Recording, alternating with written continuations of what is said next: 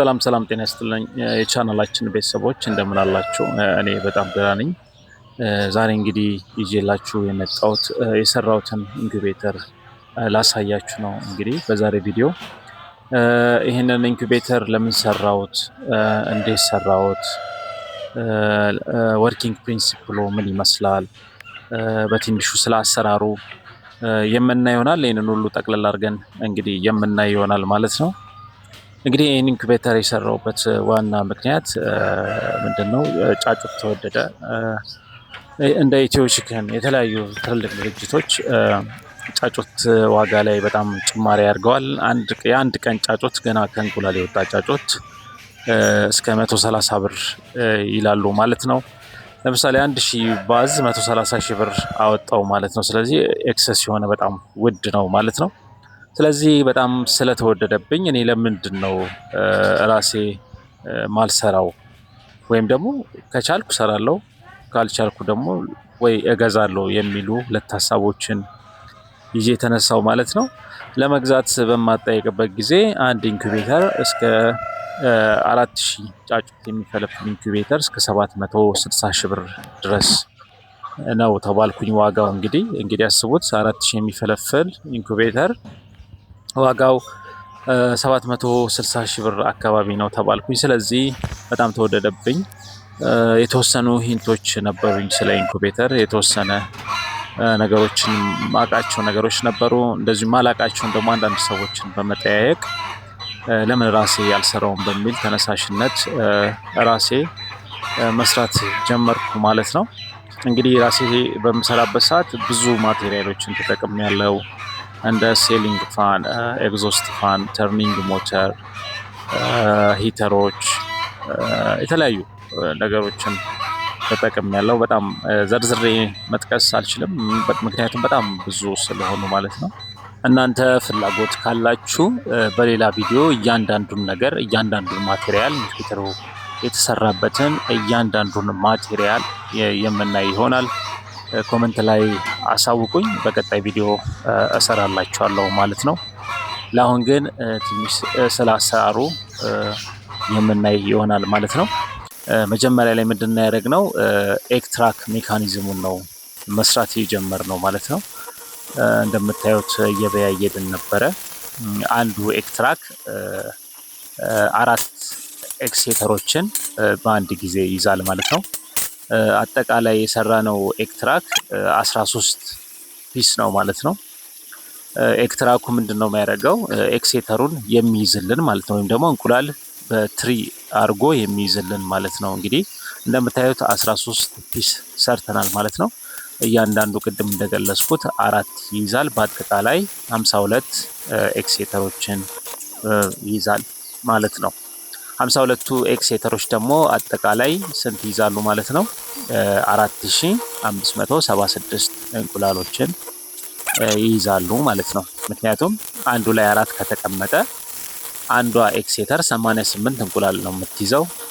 ስለዚህ አንዱ ብቻ ኤክተርኒንግ ሜካኒዝም 352 ይይዛል ማለት ነው። በአጠቃላይ 4576 እንቁላሎችን ይይዛል ማለት ነው።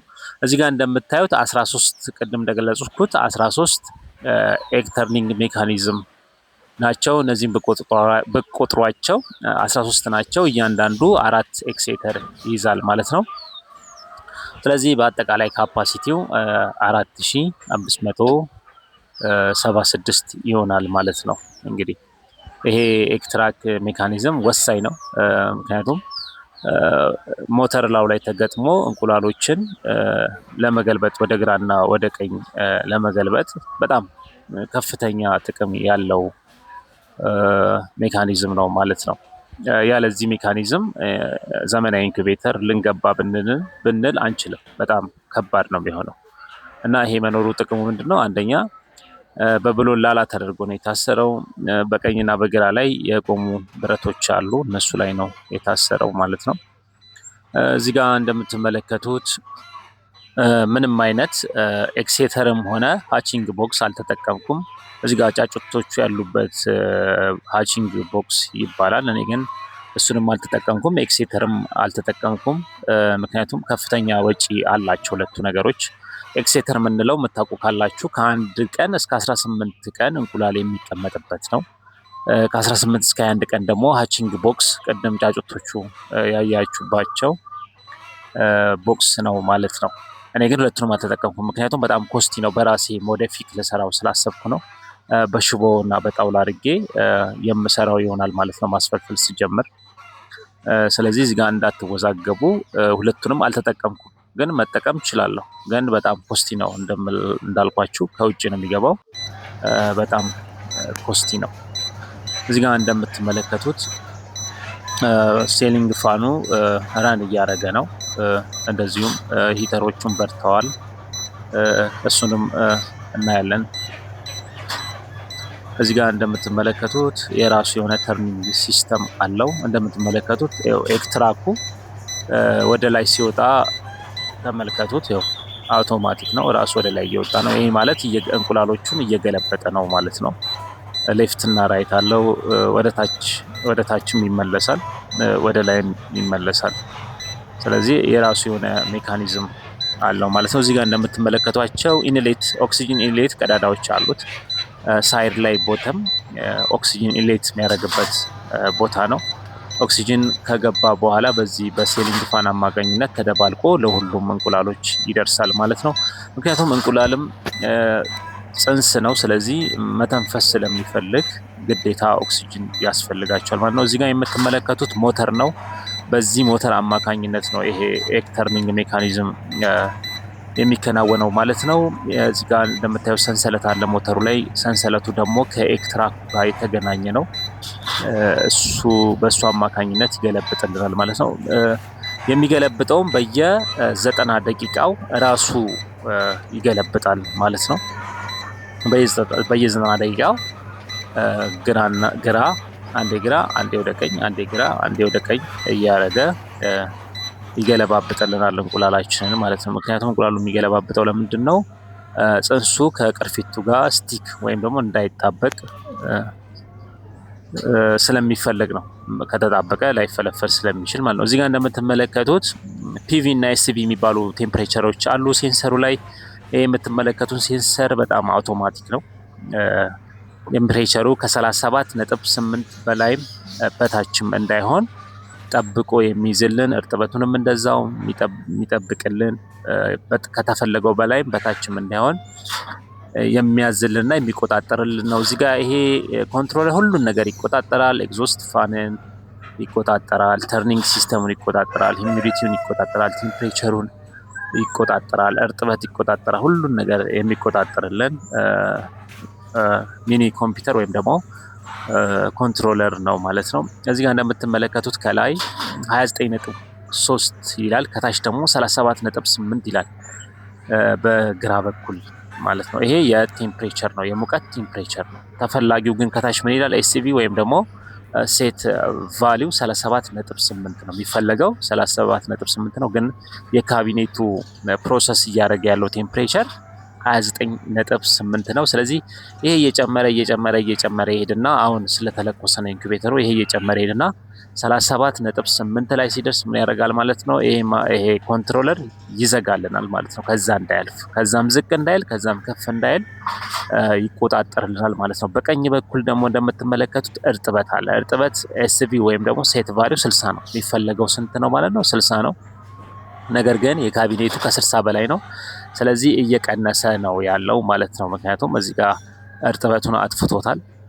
ከላይ እንደምትመለከቱት ሂት1 ሂት2 የሚሉ ነገሮች በርተዋል። እነዚህ ሁለቱም የበሩት ሙቀቶች 37.8 እስኪል ድረስ እንደበሩ ነው የሚቆዩት ማለት ነው። ስለዚህ ይሄ ኢንኩቤተር ከውጪ ከሚገባው ኢንኩቤተር በምንም መልኩ አይተናነስም። ቼክ እንዳደረግነው ከሆነ ከውጭ የሚገባው ያለው ይሄም አለው። ምንም አይነት ልዩነት ያየንበት ነገር የለም። ስለዚህ ይሄ ኢንኩቤተር ፕሮፌሽናሊ ሰርተነዋል ማለት ይቻላል ማለት ነው። እንደምትመለከቱት ነው። ቅድም እንዳያችሁት የራሱ የሆነ ተርኒንግ ሲስተም አለው። በራሱ ጊዜ እንቁላሎችን ይገለብጣል ወደ ግራና ወደ ቀኝ። ሜን እና ኦክሲለሪ ሂተሮች አሉት። እንደዚሁም ሂት ዲስትሪቢዩተር አለው። ከታች ኢንሌት አለው፣ ከላይ ኤግዞስት አለው። ስለዚህ ውጪ የሚገባው ያለው ይሄ ሁሉም አለው ማለት ነው። ስለዚህ ምንም አይነት ልዩነት የላቸውም ማለት ነው። እኛ ራሳችንን ካሳመንን እኛም መስራት እንችላለን። እንደውም አሻሽለን መስራት የምንችልበት አጋጣሚዎች ሁላ ይኖራሉ ብዬ አስባለሁ። እንግዲህ ይሄ ኢንኩቤተር ወደፊት ደግሞ እንቁላል ገብቶበት ስኬታማ ሆኖ አብረን የምናይ ይሆናል ማለት ነው። ስለተከታተላችሁኝ እጅግ በጣም አድርጌ አመሰግናለሁ። በቀጣይ ቪዲዮ እስከምንገናኝ ሰላም ቆዩ። ቪዲዮን ከወደዳችሁት ላይክ፣ እንዲሁም ሌሎች ጋር እንዲደርስ ሼር አድርጉት። እንዲሁም ቻናላውን ሰብስክራይብ በማድረግ አበረታቱን። በሚቀጥለው ቪዲዮ እንግዲህ የፈለጋችሁትን ኮመንት ጻፉልኝ። ምን አይነት ቪዲዮ እንደምሰራላችሁ የምትፈልጉትን ቪዲዮ እናንተ ጻፉልኝ። በተረፈ ሰላም ቆዩ። ቻው።